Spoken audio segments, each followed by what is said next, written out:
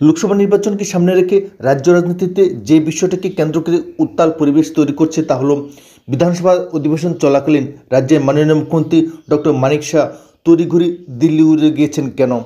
এই বিষয়কে কেন্দ্র করে ইতিমধ্যে বিভিন্ন রাজনৈতিক দলের মধ্যে ব্যাপক আলোচনা হচ্ছে, গুঞ্জন সৃষ্টি হচ্ছে। তবে সবচেয়ে তাৎপর্যপূর্ণ বিষয় হলো বিজেপি প্রদেশ কমিটি এই বিষয়ে কোনো ধরনের বিবৃতি প্রদান করতে রাজি হচ্ছে না। এর পেছনে কী রহস্য রয়েছে? কেন বিজেপি দলের তরফ থেকে কোনো ধরনের বিবৃতি প্রকাশ করা হচ্ছে না? তাহলে কি ধরে নেওয়া যায় যে মুখ্যমন্ত্রীকে জরুরি তলব করার পেছনে অন্য কোনো রহস্য লুকিয়ে রয়েছে? কী সেই রহস্য? এই নিয়ে বিরোধী রাজনৈতিক দলগুলি ইতিমধ্যেই নানা ধরনের মন্তব্য করতে শুরু করে দিয়েছে। বিশেষত বামফ্রন্টের পক্ষ থেকে অভিযোগ করা হচ্ছে যে লোকসভা নির্বাচনকে সামনে রেখে ত্রিপুরা রাজ্যের বিজেপি আইপিএফটি জোট মন্ত্রিসভা সম্প্রসারিত হতে যাচ্ছে। যদি এই অভিযোগ সত্য হয় তবে এই বিজেপি আইপিএফটি জোট মন্ত্রিসভায় কারা স্থান পাবেন? বিজেপি দলে কতজন বিধায়ক এবার নতুন করে মন্ত্রী হবেন?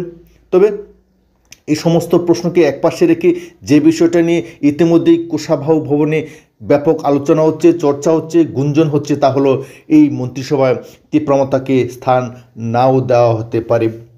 কারণ বিজেপি সর্বভারতীয় নেতৃত্ব নাকি তীব্রমতা সুপ্রিম প্রদ্যুৎ কিশোর দেববর্মনকে যে ধরনের প্রতিশ্রুতি দিয়েছিলেন সে সমস্ত প্রতিশ্রুতির প্রতি মোটেও সমর্থন ব্যক্ত করছেন না। অর্থাৎ তীব্রমতার সুপ্রিমোর সঙ্গে বিজেপি সর্বভারতীয় নেতৃত্বের আলোচনা যে সফল হয়নি সেটা নাকি প্রমাণিত হয়ে গেছে, যার ফলশ্রুতিতে তীব্রমতার সঙ্গে কোনো ধরনের রাজনৈতিক যোগসূত্র তৈরি হবে কিনা তা নিয়েও যথেষ্ট সন্দেহ সৃষ্টি হয়েছে। আসন্ন লোকসভাকে কেন্দ্র করে জানুয়ারি মাসেই বিজেপি আইপিএফটি জোট মন্ত্রিসভা সম্প্রসারিত হতে পারে এবং মন্ত্রিসভায় ব্যাপক রদবদলও ঘটতে পারে।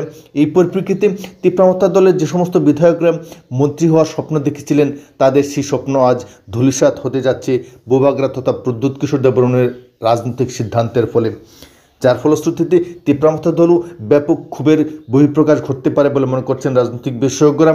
কিন্তু সবচেয়ে তাৎপর্যপূর্ণ বিষয় হলো বিজেপি আইপিএফটি জোট মন্ত্রিসভা যেখানে বিধায়ক সংখ্যা মাত্র 32, সেই ক্ষেত্রে মন্ত্রিসভা যদি সম্প্রসারিত হয় এবং সেখানে তীব্রমতা যদি অংশগ্রহণ না করে তাহলে বিজেপি দলের মধ্যে কি কোনো ধরনের ব্যাপক বিক্ষোভ সৃষ্টি হতে পারে? তবে রাজ্য রাজনীতিতে যে গুঞ্জন তা হলো জানুয়ারি মাসেই বিজেপি আইপিএফটি মন্ত্রিসভা সম্প্রসারিত হতে চলছে।